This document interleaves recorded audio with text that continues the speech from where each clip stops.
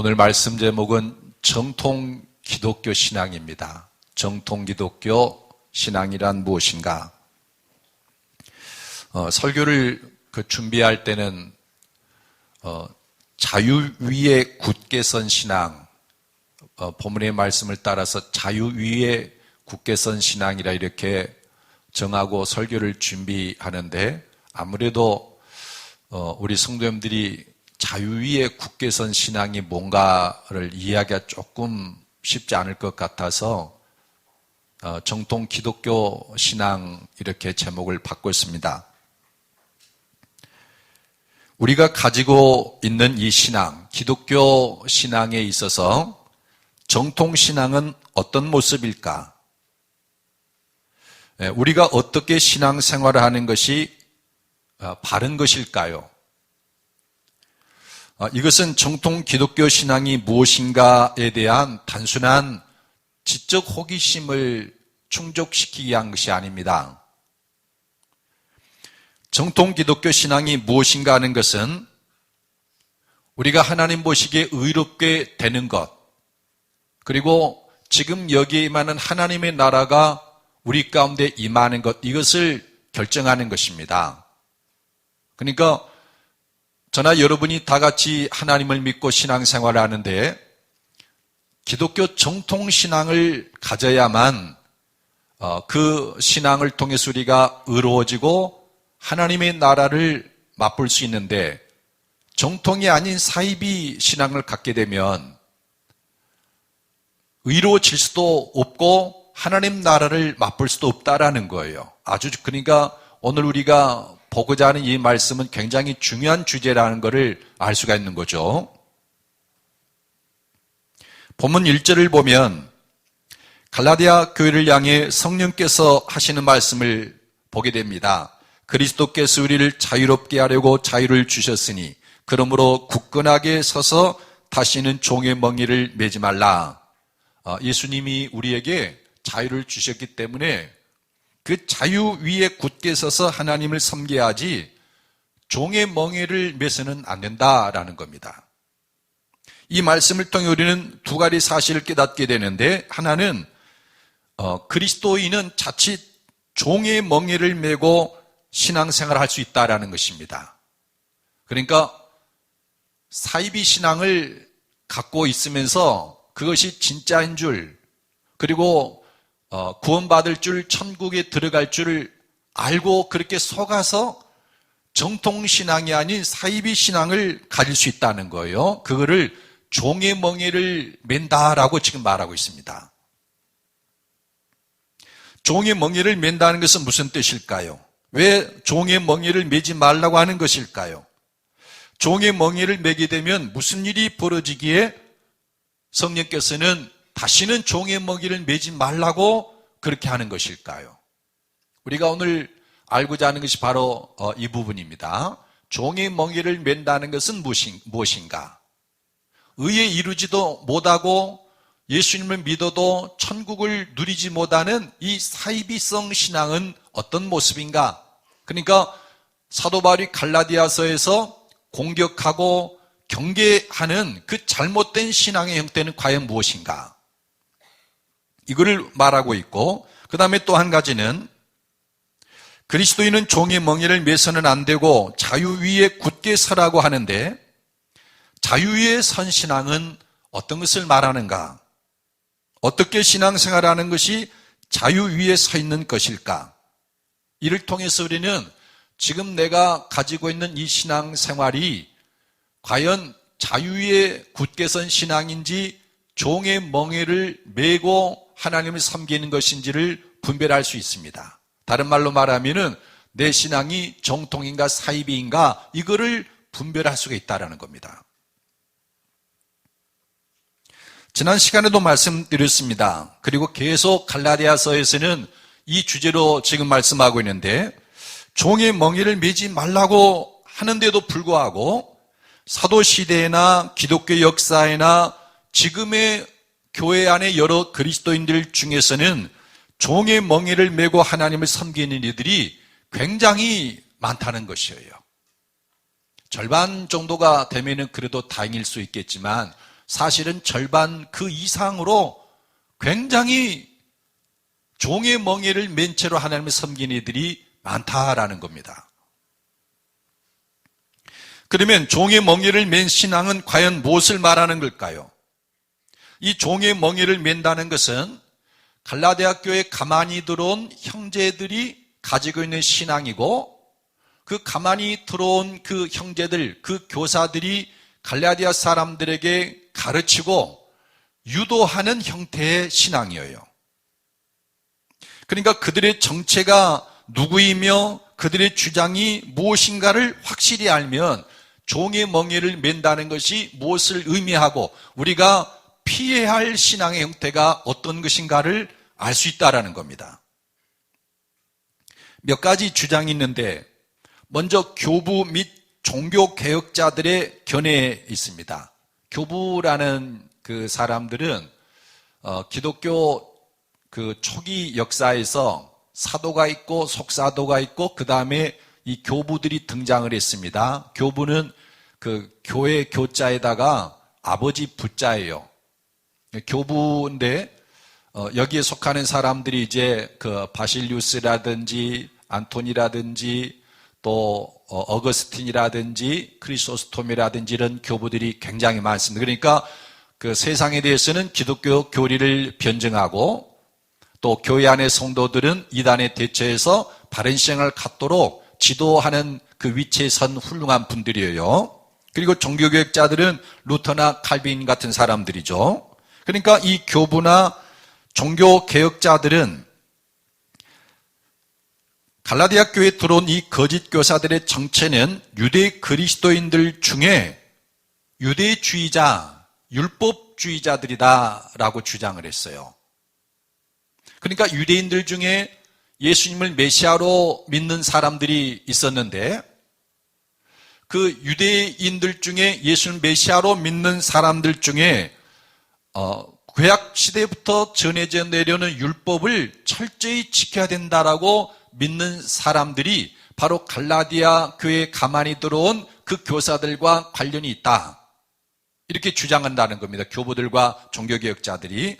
실제로 사도행전 21장 19절 20절에 보면 이 유대 율법주의자들이 굉장히 많았어요. 여러분, 우리 화면을 보고 함께 읽어보십시다. 시작.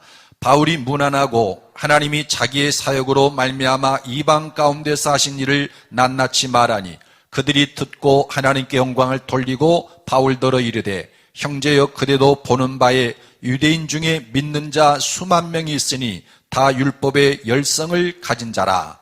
바울이 이방 세계에서 복음을 전하다가 예루살렘으로 올라가서 자신이 이방 세계에 전하는 복음을 제출하고 교회 승인을 받고자 해서 올라갔는데, 사도들은 바울이 전하는 그 복음을 다 찬성을 하는 거예요. 아, 그게 옳다. 나도 그렇게 복음을 전한다.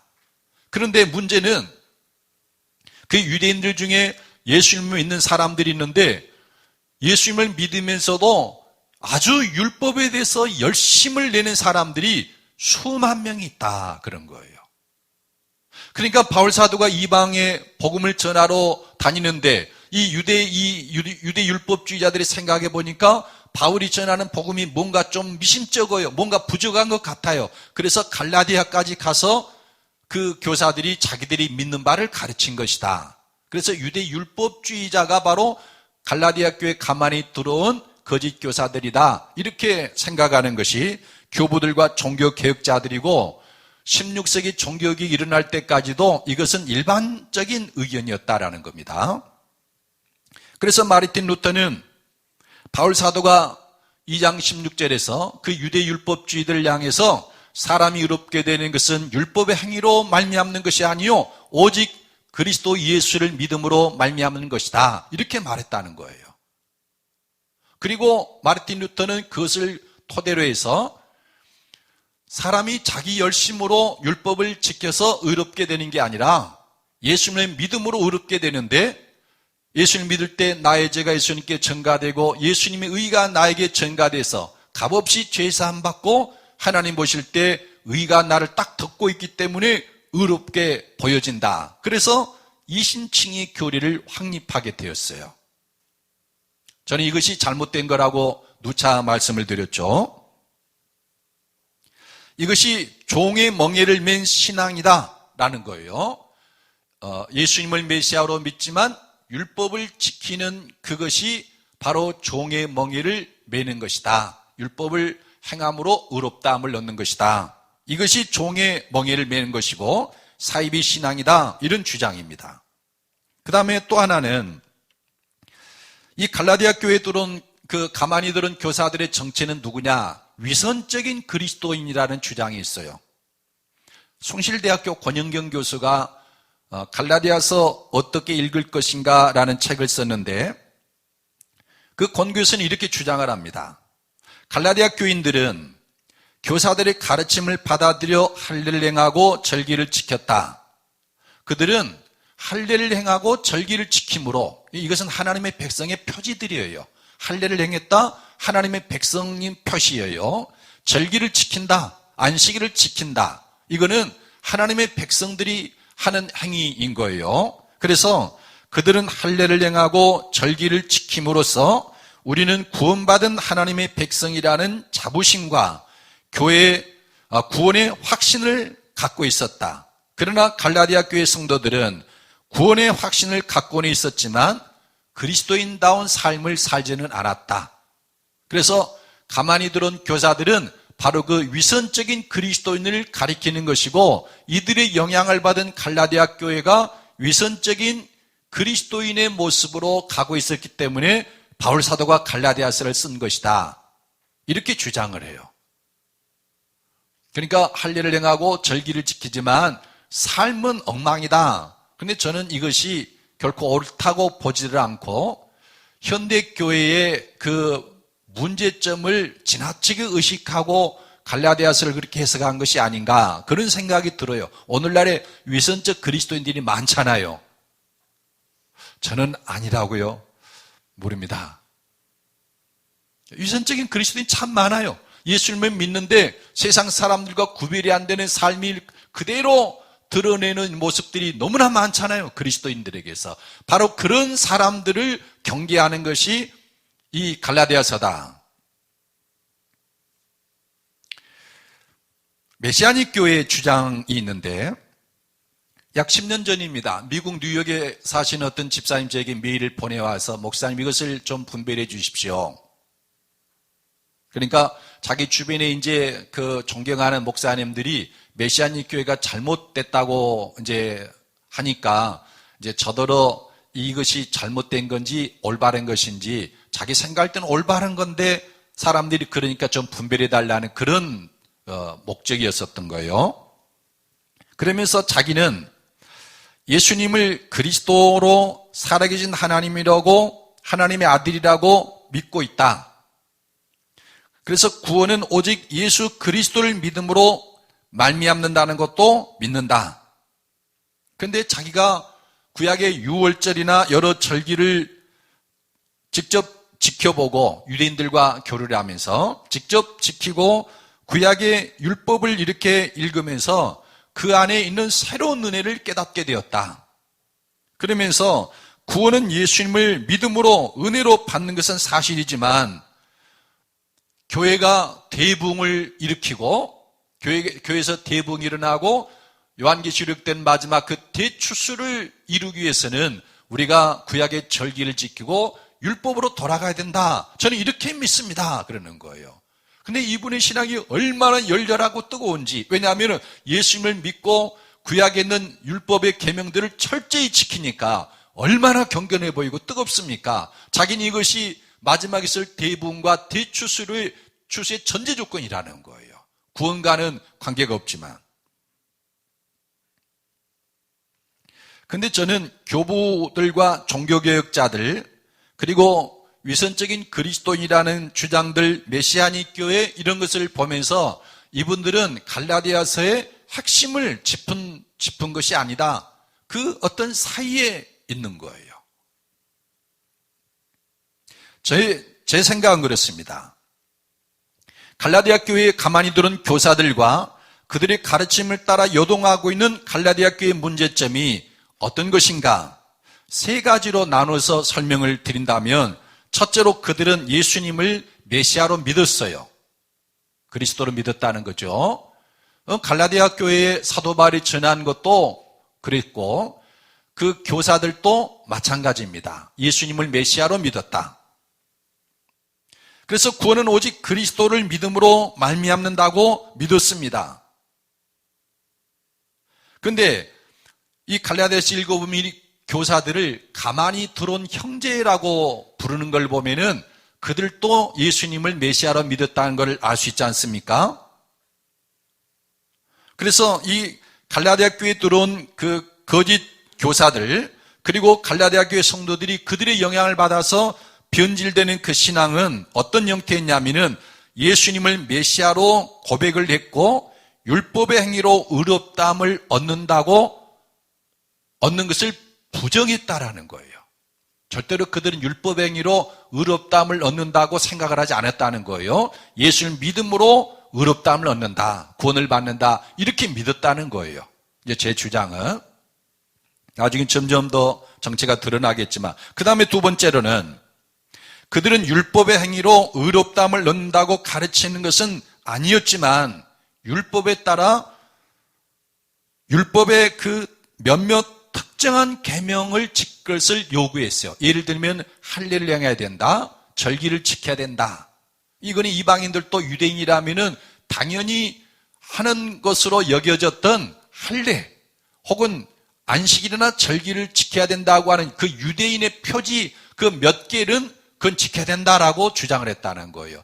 율법 전체를 지켜야 어렵다는 것은 믿지 않고 부정했지만 몇 가지 할례를 행해야 된다든지 절기를 지킬 것을 요구했다.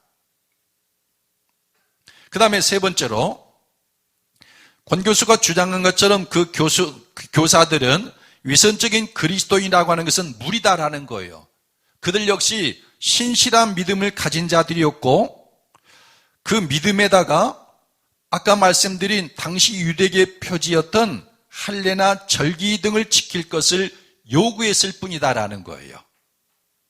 여러분이 이제 개념이 잡히는지 모르겠습니다. 갈라디아 교회 성도들이 지금 가지고 있는 신앙, 바울 사도가 전했던 그 신앙과 가만히 들어온 교사들이 주장하고 갈라디아 사람들이 추종했던 그 형태의 신앙은 어디서 무엇이 다른가? 똑같은 거는 예수를 메시아로 믿었다는 거예요. 오직 믿음으로 의롭다함을 얻는다 믿은 거예요. 그런데 이 갈라디아 교회에 가만히 들어온 그 교사들은 그런데 거기다가 할례를 행하고 절기를 지켜야 된다라는 거를 한두 개를 플러스 시킨 거 더한 거예요. 율법의 행위 그건 말하는 게 아니에요. 그런데 사도 바울은 그게 사이비 신앙이다라고 말을 하고 그거는 하나님의 은혜를 크게 폐하는 것이다라고 경고한다라는 거예요. 그러면 여러분은 어떠십니까? 혹시 그런 신앙을 갖고 계신 건 아닙니까? 나는 예수님을 메시아로 믿습니다. 예수님을 믿음으로 의롭다는 것도 믿습니다. 그런데 유월절을 지킨다든지 주일은 안 되고 안식일을 지켜야 된다든지 성탄절은 지키면 안 되고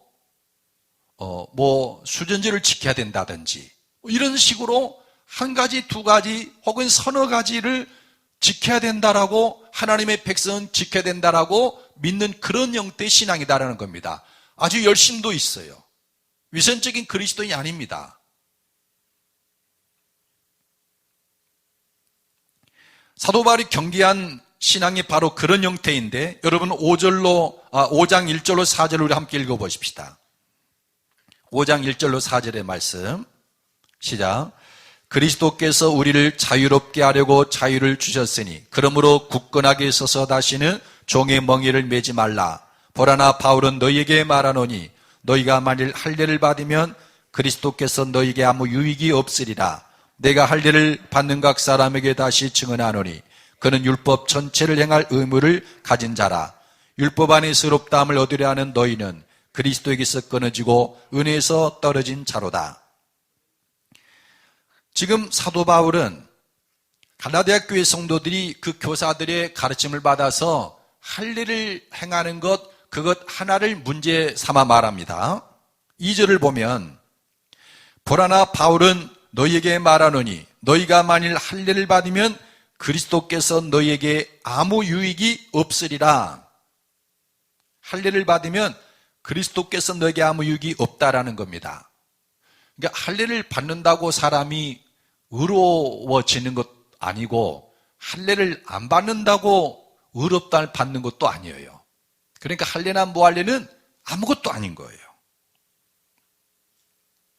그런데 의롭다함을 얻기 위해서 혹은 구원받은 것을 그 표식으로 나타나기 위해서 할례를 받아야 된다고 믿고 할례를 받은 것이라면 그에게 그리스도는 아무 유익이 없다라는 거예요. 그 하나 하는데도, 할례 하나 받는데도 그리스도는 당신에게 아무 유익이 없습니다. 그렇게 지금 말하고 있어요. 여러분, 하나님은 이 악한 세대에서 우리를 구원하시려고 그의 아들 그리스도를 보냈어요. 우리가 그 그리스도를 믿음으로 말미암아 의롭다함을 얻습니다. 왜냐하면 내가 그리스도와 함께 십자가에 못 박혀 나는 죽고 그리스도께서 내 안에 살기 때문이에요. 그런데 이 그리스도 외에 할례를 의지한다면 그리스도는 아무 유익이 없다 이거예요. 3절에서 사도는 말하는데 내가 할례를 받는 각 사람에게 다시 증언하노니 그는 율법 전체를 행할 의무를 가진 자라. 그러니까 율법에 할례를 행하라고 했으니 할례를 받아야 됩니다라고 말한다면 그 논리대로라면 그 사람은 율법 전체를 행할 의무를 갖는 것이 아니겠습니까? 그러니까 그 가만히 들은 교사들은 율법 전체를 행하라고 가르친 것도 아니고 율법의 행위로 의롭다함을 얻는다라고 믿는 것도 아니었어요. 예수를 믿어야 구원받죠. 의롭다함을 받죠. 그런데 율법에 보니까 할례, 이건 하나님의 백성의 표시고 할례 안 하면 끊어진다고 그랬습니다. 그러니 할례를 행해야 됩니다. 이렇게 해서 율법의 근거에서 할례를 행하라고 한 거라면 그 사람 율법 전체를 행해야 될 의무를 가진 것이 아니겠습니까? 이런 말이에요. 그래서 사도 바울은 그런 논리로 말하면서 사람이 율법 행위로 의롭다함을 얻을 수는 없습니다. 이렇게 말하는 거죠. 그 다음에 4절에 율법 안에서 의롭다함을 얻으려 하는 너희는 그리스도에게서 끊어지고 은혜에서 떨어진 자로다.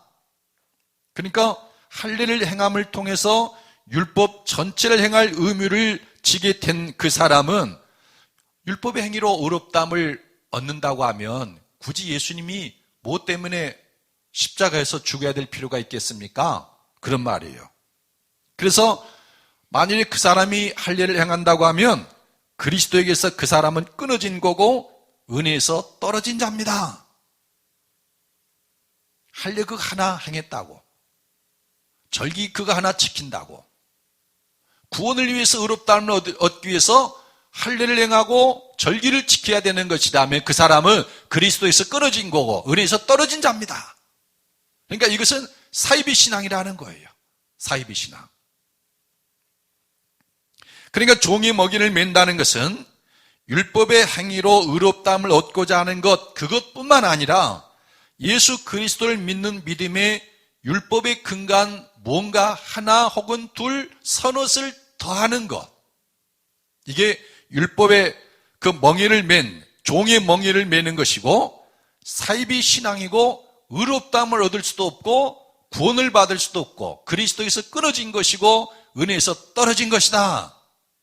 그렇게 단호하게 말합니다. 그것이 그렇게 큰 위험인 줄 몰랐습니다. 심각한 문제인 줄 몰랐습니다. 아마 갈라디아 사람은 그렇게 생각했겠죠. 요즘에도 우리 주변에는 유월절을 아세요? 유월절을 지켜야 구원받습니다. 예수님이 성탄절에 탄생했다는 증거가 어디 있습니까?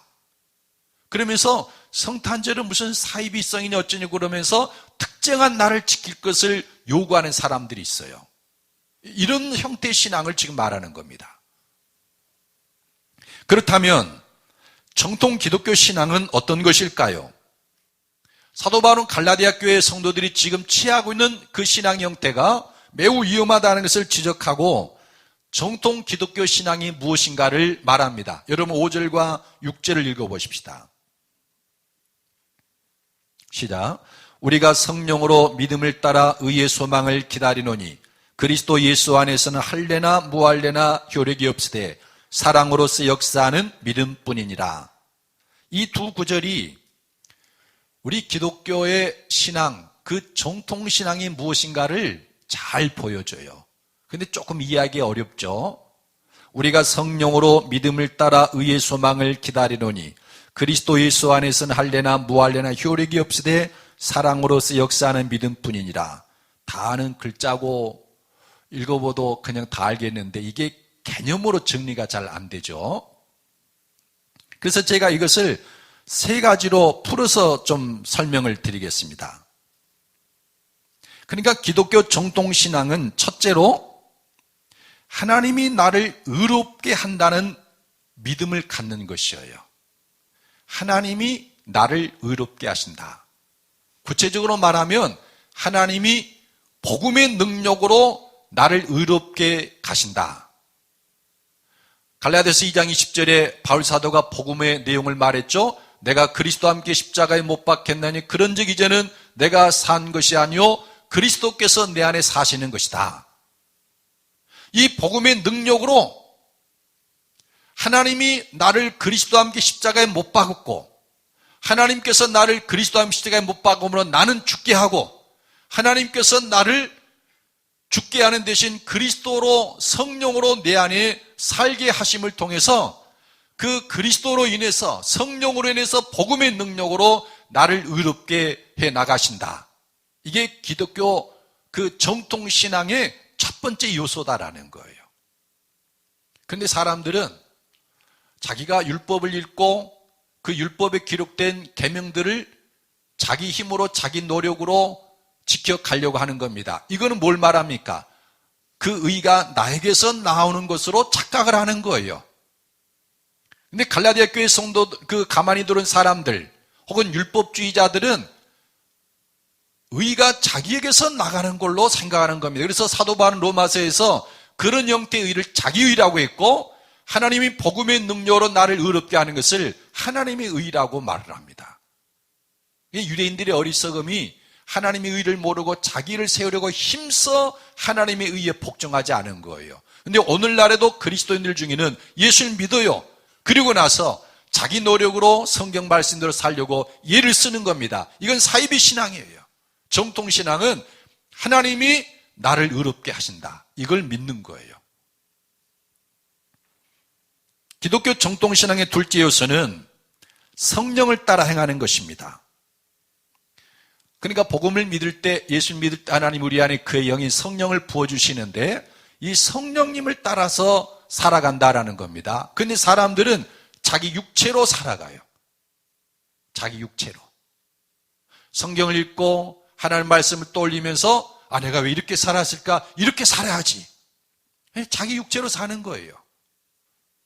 하나님 제가 잘못했습니다. 하나님 말씀대로 살아있는데 용서해 주십시오. 앞으로 제가 절대로 하나님 말씀을 어기지 않고 하나님 말씀대로 살겠습니다. 부모 경공하고 아내 사랑하고 남편 존중하고 자녀들 사랑하고 주의 교양과 훈계를 양육하겠습니다. 매우 좋아요. 근데 그것이 성령을 따라 행하는 것이 아니라 자기 육체를 따라서 자기 신념, 자기 계획, 자기 결단, 결심 이걸 근거로 하는 것은 기독교 정통신앙이 아니에요. 하나님께서 내게 부어진 성령님이 내 안에서 역사하실 때 성령님 알겠습니다. 제가 그러겠습니다. 그렇게 성령님을 따라서 행하는 거라는 겁니다. 기독교 정통신앙의 셋째 요소는 우리 안에 거하시는 하나님 혹은 성령님과 사랑으로 교제하는 거예요. 그러면서 그 성령님과 사랑으로 교제하면서 하나님이 나를 의롭게 하실 그 의의 소망을 기다리는 거예요. 나를 의롭게 하실 분은 하나님이십니다. 하나님 사랑합니다. 내게 하나님의 성령을 부어주시는데 성령님 제 심령 가운데서 말씀하세요. 저를 감동시켜 주세요. 저를 깨닫게 해주세요. 그리고 힘주세요. 그러면서 내 안에 계신 성령님께서 나를 이끄시는 대로 따라가면서 하나님이 나를 의롭게 할 그 의의 소망을 바라보며 기다리는 거예요. 마치 아브라함이 하나님의 하늘의 별처럼 내 자손을 많게 해준다고 그러니까 하나님 사랑하고 하나님의 말씀을 따라 그 음성을 따라서 자기에게 말씀하신 것을 따라서 자녀들이 하늘의 별처럼 많게 해주는 소망을 바라보고 기다리고 하나님을 기다리는 것처럼 그렇게 하라는 겁니다. 이게 기독교 정통신앙이에요. 그래서 이 기독교 정통신앙을 가지려면은 몇 가지가 필요하는데 첫째는 사도들이 전한 참된 복음을 알고 믿어야 합니다. 사도들이 전한 참된 복음은 아까도 말씀드렸지만은 내가 그리스도와 함께 십자가에 못 박혔나니 그런즉 이제는 내가 사는 것이 아니요 오직 그리스도께서 내 안에 사시는 것이다. 종교개혁자들이 전하는 이상한 복음을 믿으면 성령이 내 안에 계시지 않습니다. 거하지를 않아요. 나는 죄인이지만 의로 덮여진다.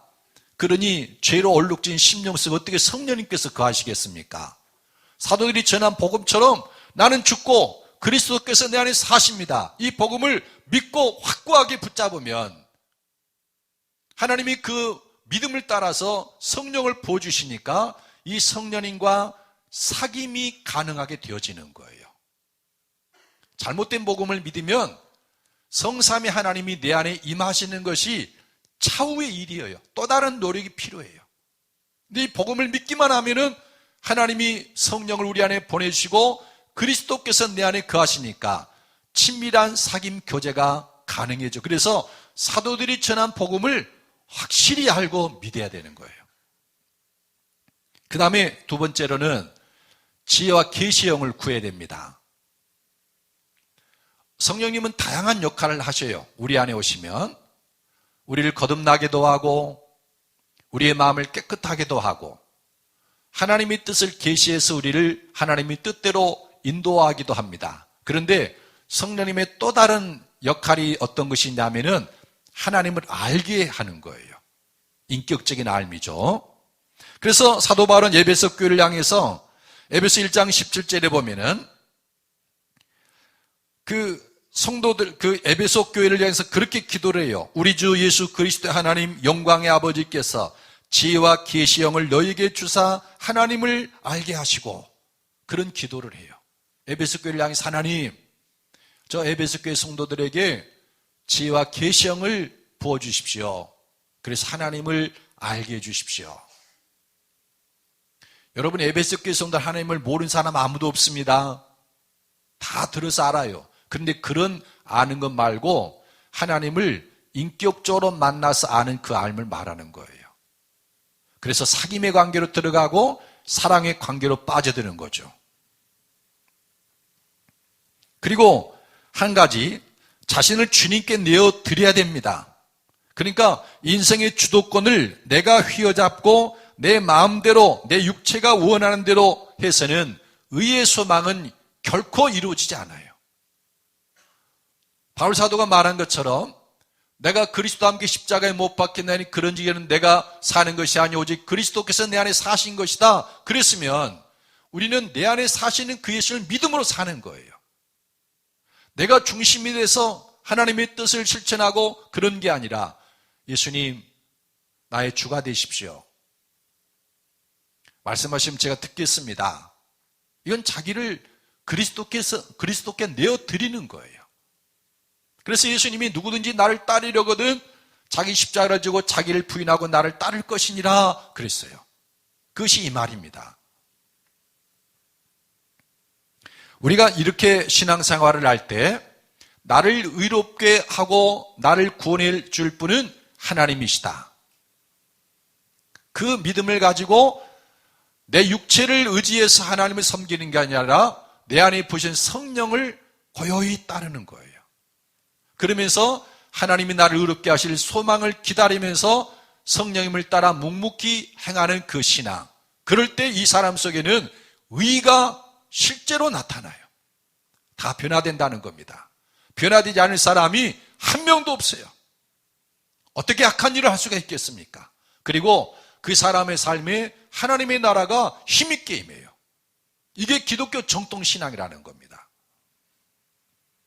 우리가 성령으로 믿음을 따라 의의 소망을 기다리노니 그리스도 예수 안에서는 할례나 무할례나 효력이 없으되 사랑으로서 역사하는 믿음뿐이니라. 이렇게 사입이 종의 멍에를 맨 신앙과 정통신앙인 하나님을 믿고 성령을 따라 살아가는 이 신앙을 말한 다음에 7절로 12절은 진리에 순종하는 그리스도인이 되라고 말을 합니다. 진리에 순종하는 그리스도인이 되어라. 거짓된 것 쫓지 말고 진리에 순종하는 다름질을 잘해라. 엊그제 선교단, IT 선교단이 IT의 그 선교사님이 고아들을 한 40여 명 이렇게 데리고 있다고 그래서 오실 때 속옷을 가지고 오실 수 있으면 좀 가져오시면 좋겠다고. 그래서 몇 분이 나가서 시장에 나가서 속옷을 사가지고 왔어요. 보니까 예쁜 어린이들의 그 속옷이었어요. 근데 이튿날 저쪽에서 소식이 오기를 뭐라고 했냐면은 전부 다 남자입니다 그랬어요. 잘못된 정보에 근거해서 행동하니까 그 모든 수고가 물거품이 돼버리는 거예요. 그래서 다시 바꾸어 와야 되려나 보다 이렇게 하는 말을 들었는데, 여러분 신앙생활하는 것도 마찬가지예요. 하나님을 믿는다고 해서 다 같은 신앙이 아닙니다. 어떤 이는 종의 멍에를 메고 신앙의 다름질을 합니다. 율법에 얽매여서 이런 사람의 신앙은 열심히 신앙의 다름질을 하지만 의롭다함을 얻지도 못하고 하나님 나라가 뭔지도 모르고 사는 거예요. 종이니까 평생 힘만 들어요. 소망도 없어요. 그러므로 우리는 신앙생활을 하되 진리를 따라 다름질해야 됩니다. 여러분 7절로 12절 읽어보십시다. 시작. 너희가 다름질을 잘하더니 누가 너희를 막아 진리를 순종하지 못하게 하더냐. 그 권면은 너희를 부르신 이에게서 난 것이 아니니라. 적은 누룩이 온 덩이에 퍼지느니라. 나는 너희가 아무 다른 마음을 품지 아니할 줄을 주 안에서 확신하노라. 그러나 너희를 요동하게 하는 자는 누구든지 심판을 받으리라. 형제들아, 내가 지금까지 할례를 전한다면 어찌하여 지금까지 박해를 받으리요. 그리하였으면 십자가의 걸림돌이 제거되었으리니 너희를 어지럽게 하는 자들은 스스로 베어버리기를 원하노라. 이 단락에는 갈라디아 교회를 향한 바울사도의 두 가지 마음을 볼 수 있는데, 정통 기독교 신앙에서 미끄러져서 사이비 신앙으로 빠져가는 그 갈라디아 교회 성도를 향한 안타까움, 그리고 갈라디아 교회 성도들을 그렇게 만들어가는 이 교사들에 대한 증오, 이걸 볼 수 있어요. 7절을 보면 너희가 다름질을 잘하더니 누가 너희를 막아 진리를 순종하지 못하게 하더냐.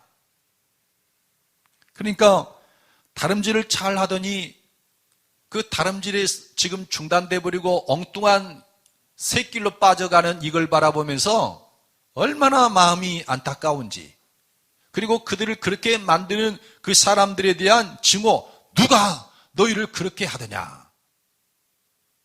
두 가지 마음을 볼 수 있죠. 하나님의 마음이 그러실 겁니다. 다름질을 잘하는 성도들, 그들이 새길로 빠져갈 때 그 안타까워하는 마음, 그리고 그렇게 만드는 사람들에 대한 분노. 8절과 9절은 다름질을 잘하는 사람을 막아서는 그 사람들을 누룩이라고 합니다. 그 권면은 너희를 부르신 이에게서 난 것이 아니니라. 적은 누룩이 온 덩이에 퍼지느니라. 그러니까 이 다름질하는 사람을 가로막아서 진리를 순종하지 못하게 하는 사람의 말은 아무리 그럴싸해 보여도 하나님께로 난 것이 아니다라는 거예요. 하나님을 사랑하고 진리를 따라 순종하면서 다름질을 해나가는, 재빠르게 신앙생활에 나가는데 누군가 끼어들어서 그 사람으로 하여금 다름질을 멈추게 한다든지 뒤돌아서게 한다든지 한다면 그 사람이 하는 말은 100% 옳아도 그 출처가 하나님께로부터 난 것이 아니라 사람에게서 난 것이다라는 거예요. 따르지 말라는 거예요. 100% 옳아도 내 신앙에 병들게 만들면 그거는 하나님께로부터 온 것이 아니기 때문에 싹 무시해버리라는 거예요. 100% 옳아도. 이게 옳지 않느냐? 그 미련하게 왜 그거 따집니까? 하나님께로 온 것이 아닌데 우리는 하나님께로부터 오는 성령님의 음성을 듣고 따라야 될 사람이지 사람의 말을 듣고 좌지우지 돼서는 안 된다는 거예요. 그리고 다름질을 잘하는 사람에게 속살거려서 그 사람의 신앙을 병들게 하고 멈춰서게 한다면 그 사람은 아무리 옳은 말을 해도 그 사람의 심령님이 누룩이 돼 있는 거예요. 누룩이 된 사람이 하는 말을 자꾸 들으면 내 심령 속에 누룩이 들어와서 나도 누룩이 돼버리는 거예요. 그런데 뭐하게 미련스럽게 그 사람이 자꾸 길을 빌려줍니까? 그래.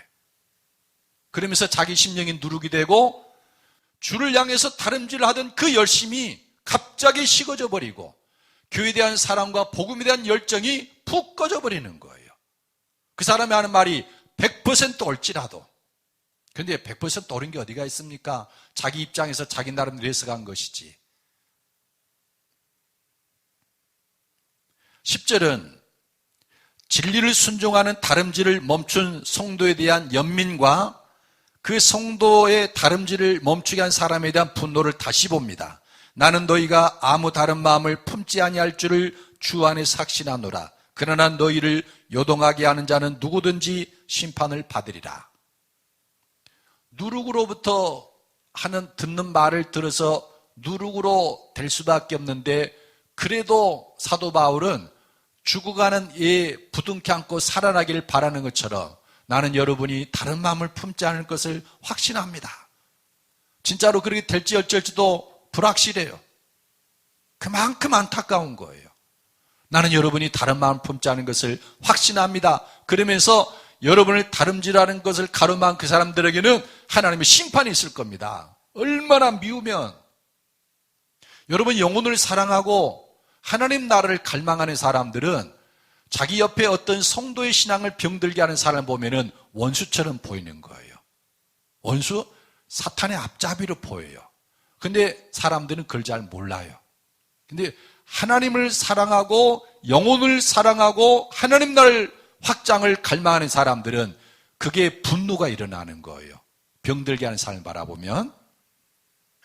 12절에서 사도는 갈라디아 교회 성도들의 다름질을 가로막는 교사들에 대한 분노의 마음을 다시 드러내요. 너희를 어지럽게 하는 자들은 스스로 베어버리기를 원하노라. 이 너희를 어지럽게 하는 자들은 스스로 베어버리기를 원하노라, 이 말은 이런 뜻이에요. 그러니까 가만히 들어온 교사들을 향해서 하는 말인데 그들의 가르침을 따른 갈라디아 사람들이 다름질을 하다가 주춤거리는 거예요. 그러니까 사도가 할례를 가르치는 이들 향해서 말합니다. 잘라내는 것이 그렇게 좋으냐? 할례는 그 남자의 상식기 끝에 표피를 조금 이렇게 잘라내는 것이 할례 아닙니까? 잘라내는 것이 그렇게 좋으냐? 그러면서 그렇게 좋으면 아예 상식기 전부를 잘라버리지, 이런 말이에요. 무슨 말입니다, 여러분? 얼마나 화가 났으면 잘라내는 게 그렇게 좋으냐? 그러면 아예 전부 다 잘라내버려라, 이건 거예요. 얼마나 화가 났으면 그렇게 했습니까? 영혼이 복음을 듣고 곱게 자라나고 하나님의 나라를 갈망하고 의에 대한 소망을 가지고 열심으로 다름질하는 사람을 글쎄 가만히 두는 사람 몇 명이 다 병들게 하는 거예요. 다 쓰러지게 하고 교회를 완전히 회파하는 겁니다. 지금 그리스도에 끊어지고 은혜에서 떨어지게 만드는 거예요. 얼마나 화가 났으면 다 잘라버리라고 그랬겠습니까? 할례도 무할례도 아무것도 아니에요. 받아도 상관없고 안 받아도 상관없어요. 그런데 오직 복음 안에서 나는 죽고 그리스도께서 내 안에 사신다, 이 복음을 믿고 내 안에 거하시는 그 그리스도를 사랑하고 하나님의 영인 성령님을 따라 생하며 의의 소망을 기다리는 신앙. 우리는 그 다름질을 계속 해야 됩니다. 이런 사람은 자기도 모르는 사이에 삶이 완벽하게 의로워집니다. 저는 이것을 실제적인 의라고 그러는데 이번 영어 그 번역본에 보니까 actually righteousness 이렇게 번역했더라고요. 그러니까 덮어지는 거나 그런 게 아니라 삶에서 실제로 드러나는 의. 이게 나오게 되고 그러다 보니까 의와 평강과 희락으로 충만한 하나님의 나라를 맛보게 되고 생명수가 그의 심령과 가정 속에 크게 흐르는 거예요. 이게 정통신앙이라는 것입니다. 말씀을 맺겠습니다. 하나님을 믿고 신앙의 다름질을 하는 중이십니까? 그렇다면 여러분에게는 반드시 두 가지 현상이 나타나야 되는데 하나는 의의 열매가 맺어지게 된다는 겁니다. 내 안에 있는 부정하고 악하고 불의하고 이런 것들이 사라지고 의의 열매가 반드시 삶에 나타납니다. 그리고 다른 하나는 하나님을 믿고 정통신앙을 가진 채로 다름질라면 하나님 나라가 내게 임하는 것을 볼 수 있어요. 내 삶에, 내 가정에, 그리고 나를 통해서 내 주변에 하나님 나라가 확장돼 가는 것을 눈으로 볼 수 있어요. 둘 중에 아무것도 볼 수가 없다고요? 신앙생활이 힘들고 어렵다고요? 그렇다면은 그분의 신앙생활은 정통신앙에서 비껴가 있을 가능성이 매우 높습니다. 정통신앙이 있지 아니하고 사이비 신앙을 유지하고 있다라는 그런 말이에요.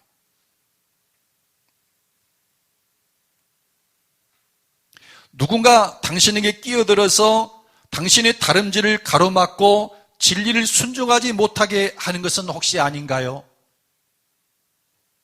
하나님께로부터 오는 말이 아니라 사람에게서 나온 말을 귀 기울여 듣다 보니까 그의 심령이 누룩이 된 것처럼 나도 누룩이 되어버린 것은 아닙니까? 우리는 예수님을 사랑하고 성령님의 음성에 귀 기울여야 합니다. 사람의 말에 귀를 기울일 것이 아니라 성령님께 귀를 기울여야 돼요. 이것이 정통신앙이고 다름질하는 신앙입니다. 이미 누룩이 될 대로 다 된 사람의 말을 들어서 당신이 얻고자 하는 것이 뭡니까? 왜 남의 일에 끼어들어서 같이 망하려고 하십니까? 이건 아주 어리석은 거예요. 우리는 나를 의롭게 하시는 분 하나님이라는 확고한 믿음을 가져야 돼요. 그리고 여러 말을 들려오는데 내 안에 부어진 성령님의 음성을 들어야 됩니다. 그리고 그 진리에 순종하면서 다름질을 할 때 의의 소망이 현실이 됩니다. 여러분 진리에 순종하십시오. 예수 그리스도는 진리입니다. 그가 우리에게 성령을 부어주시고 성령께서 우리에게 하시는 말씀 그것이 진리입니다. 그래서 우리는 예수님을 사랑하는 그 사랑을 회복해야 돼요. 사람의 말에서 돌이켜서 내 안에 거하시는 성령님과 교제하는 것을 확장해야 됩니다. 예수님 사랑합니다. 어느 사이엔가 예수님 사랑하는 말이 그쳐질 때가 있어요. 그리고 하루를 살아가면서 주님과 친밀한 사귐이 뜸해지는 경우가 있어요. 이건 위험신호입니다. 정통신앙은 하나님이 나를 의롭게 하고 구원이다는 믿음을 가지고 내 안에 계신 성령님과 친밀한 사귐을 가지면서 사랑으로 역사하는 믿음뿐이니라 그랬어요. 이 믿음 회복하기를 예수 그리스도의 이름으로 축복합니다. 우리 다 같이 기도하겠습니다. 하나님, 제가 정통신앙을 갖기를 원합니다. 하나님만이 나를 의롭게 하십니다. 나에게는 소망이 없습니다. 예수님 사랑합니다. 주님과의 사랑을 뜨겁게 회복시켜 주십시오. 제가 사람의 말에 귀를 기울이는 것이 아니라 성령님의 말씀에 귀 기울이겠습니다. 나를 회복시켜 주십시오. 함께 기도하겠습니다.